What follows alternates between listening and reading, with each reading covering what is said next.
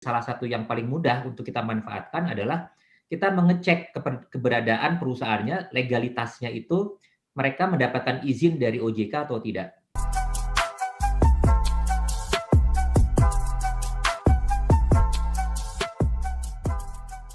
Sebenarnya kita tuntaskan ya pengetahuan kita tentang Satgas Waspada ini. Sebenarnya itu mereka tugasnya apa, bisa dijumpai di mana, lalu kemudian kalau kita ketemu dengan, investasi yang bodong, yang ilegal, kira-kira bisa nggak sih kita mengakses Satgas Waspada ini, kita mengadu gitu ya, atau kita bertanya? Silahkan Pak Teguh dan Pak Eko.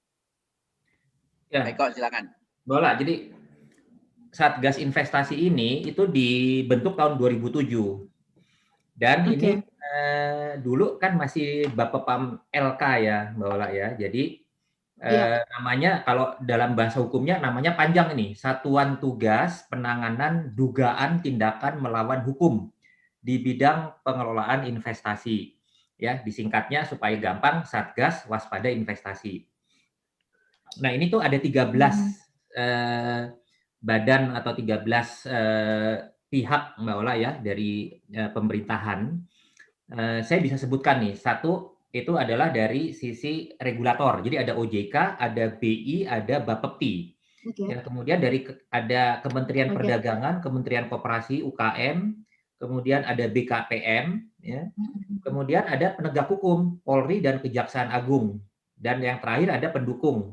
Ya, pendukung itu adalah Kementerian Kominfo dan PPATK, ditambah lagi ada Kementerian Pendidikan, Kementerian Agama, Riset, dan Teknologi. Jadi sampai begitu banyaknya. Ya. Nah, ini kenapa? Karena kalau di OJK, Mbak Ola, itu sebetulnya kan hanya dibagi dalam kategori yang keuangan ya. Jadi kalau di OJK itu yang diatur itu adalah yang tadi Pak Teguh bilang tentang izin usaha. Jadi ada izin usaha perbankan, kemudian ada izin usaha di sektor pasar modal, kemudian ada izin usaha yang berkaitan dengan lembaga keuangan non-bank. Nah, ini masing-masing adalah pihak-pihak yang diperbolehkan mengumpulkan dana masyarakat. Ya, jadi kayak bank, Oke. kemudian manajer investasi, kemudian ada pialang saham, ada dana pensiun, ada asuransi, ada pegadaian. Nah, di luar itu, investasi-investasi bodong itu justru yang tidak ada izinnya, ya, bisa berbentuk koperasi, bisa berbentuk PT biasa, makanya masuk Kementerian Perdagangan, itu masuk juga di situ. Nah, jadi Satgas Waspada Investasi ini sekarang mereka yang mengawasi Mbak Ola, ya, mengawasi ya terutama sekarang adanya digitalisasi, kenapa mereka harus bekerja sama dengan Kementerian Kominfo ya, untuk mengawasi penawaran-penawaran melalui online. Ya. Kemudian mereka Ya. kalau ada dugaan-dugaan itu mereka akan memanggil, memeriksa, dan karena ada Polri, ada Kejaksaan, ya itu mereka bisa Satgas ini diperbolehkan juga untuk menutup langsung. Ya, jadi tahun ini saya ada datanya ya, tahun 2000 sampai 2020 kemarin itu ada 2.923 fintech lending yang ditutup.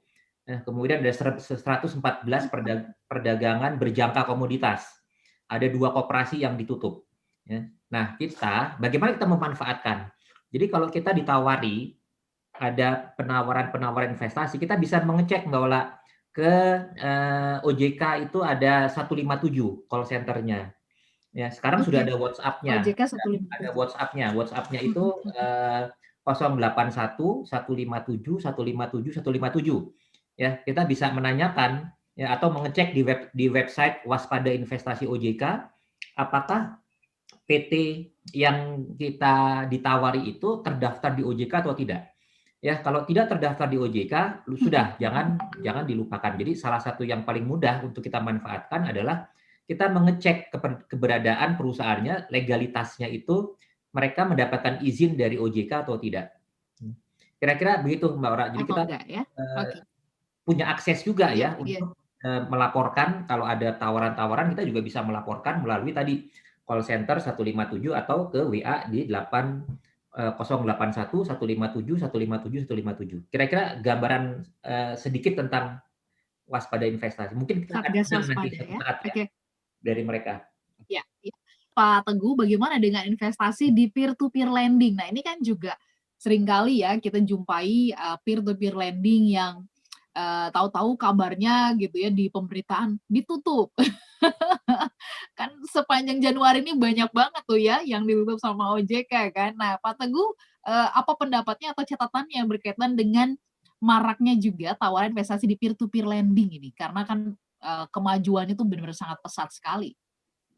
Ya, yang pertama pastikan peer-to-peer lending yang menawarkan itu sudah mendapatkan izin dari OJK atau terdaftar di OJK. Itu yang pertama, untuk yang peer-to-peer.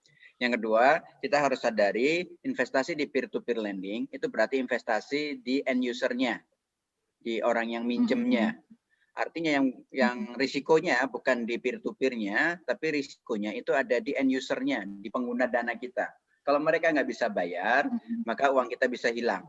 Itu harus kita sadarin. Artinya, dengan menyadari itu, kita menyadari risiko dari investasi kita.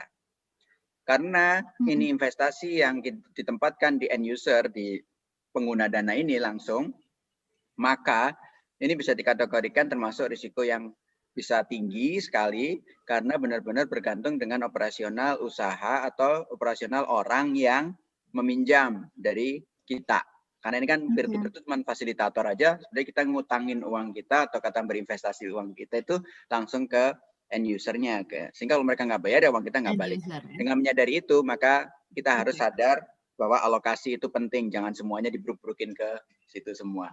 Tapi ada yang menarik yang baru. Ada peraturan OJK yang baru yang namanya securities crowdfunding. Nah, ini investasi berbasis efek gitu ya, yang diatur oleh OJK. Kalau ini harus izin, nggak boleh hanya yang terdaftar. Kalau ini harus izin. Nah, ini juga menarik. Mungkin kapan-kapan kita bahas lah tentang securities crowdfunding ini. Ya, ya. Jadi bisa dipahami ya kenapa kalau misalkan ada banyak banget keluhan-keluhan dari masyarakat yang ditagih oleh fintech begitu ya dari peer-to-peer lending yang mereka pinjam ini kok kayaknya kesannya galak banget ya, bisa dipahami kalau tadi Pak Teguh sampaikan itu karena resikonya ada di end user-nya si investor ini gitu ya. Jadi bergantung kepada kelancaran operasional itu sendiri. Banyak orang yang bermimpi gitu ya, pengen jadi kayak Warren Buffett, tapi kan Warren Buffett sendiri juga pakai proses dan belajar. Perbedaannya banyak kita nggak mau belajar. Sebenarnya gimana sih caranya ya kita bisa seperti dia sih, Pak Eko sama Pak Teguh? Silahkan. Ya, Mbak Ola. Warren Buffett itu mulai belajar investasi umur 11 tahun, Mbak Ola. Jadi, Oke, udah telat banget dong kita nih. Kalau kayak saya udah telat banget gitu. Nggak ada kata terlambat, Mbak Ola, nggak ada. betul. Oh iya, oke. Nah, hanya sedikit orang, Mbak Ola, orang-orang yang kaya itu biasanya itu adalah pemilik perusahaan. Ya, ada Steve Jobs, ada Jack Ma, ada itu semua memiliki usaha gitu.